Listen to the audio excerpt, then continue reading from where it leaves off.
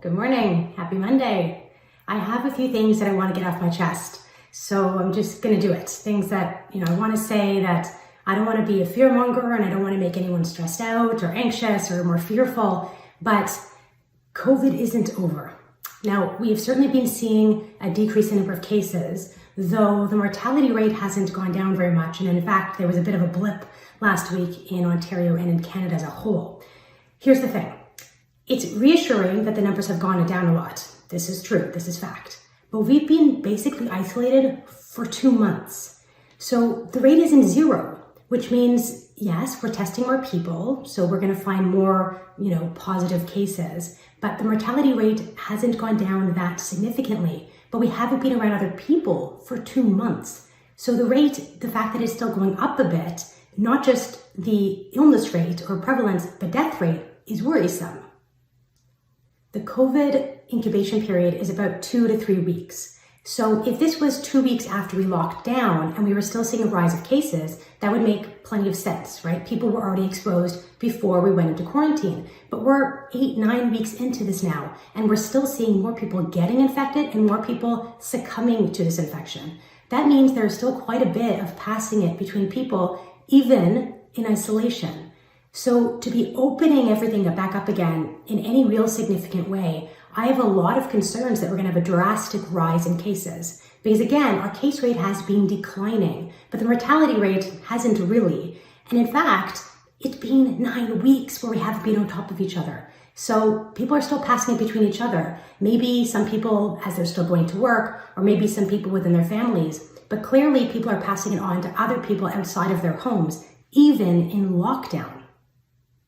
So I really want to enforce that we should be maintaining our distance. Please stay home for right now. If and when things open back up again, I really caution you to be very cautious about it, really. To go from, lockdown, 0% interaction outside of your home to like 50% interaction or more, even 25%. I have a lot of concerns that that's going to, bump up the rate really quickly, and we might end up with a second wave that's potentially even worse than the first wave. And then everything that we've worked towards, all these months of staying at home and all the sacrifices we've made socially, emotionally, financially, will be undone. Can you imagine going through this again for another 3 or 4 or more months? That'd be devastating for all of us for so many reasons. I'm a mom of 4, I'm a business owner, I get this, I want to get back to normal life. But I really feel that the best way to do that is to be patient and to wait a bit longer and to roll out very slowly. I'm not a policymaker, I'm not a public health specialist, but I'm on the front lines, and again, I'm a mom, and I'm seeing that some kids are still getting sick. We're seeing more kids that are having this inflammatory response.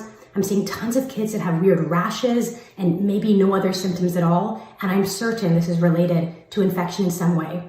And we can't rely on the testing. So not only is not everyone getting a test, but we know the test is not very accurate in adults. And my presumption is it's even less accurate in children. They don't seem to have as much of the virus. Their viral load, or how much virus they have, is quite low compared to adults. And I think the swabs are not really accurate for them.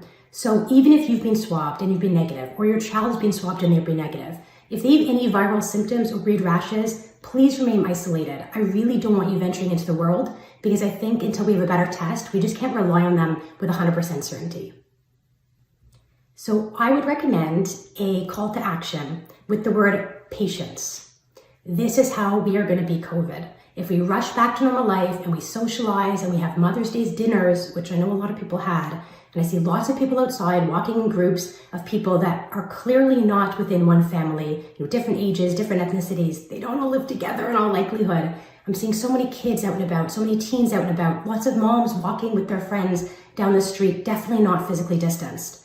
Patience. We as a community are not patient. I'm not patient. Actually, patience is one of my most difficult characteristics, really. I'm not a patient person. I want everything done yesterday. And I know a lot of you want to get back to work and get to school and be back socializing. And I want that too. But if we're not patient, we will have another rise of this. And I worry it'll be even more devastating in the summer when we want to be outside and with our friends the most.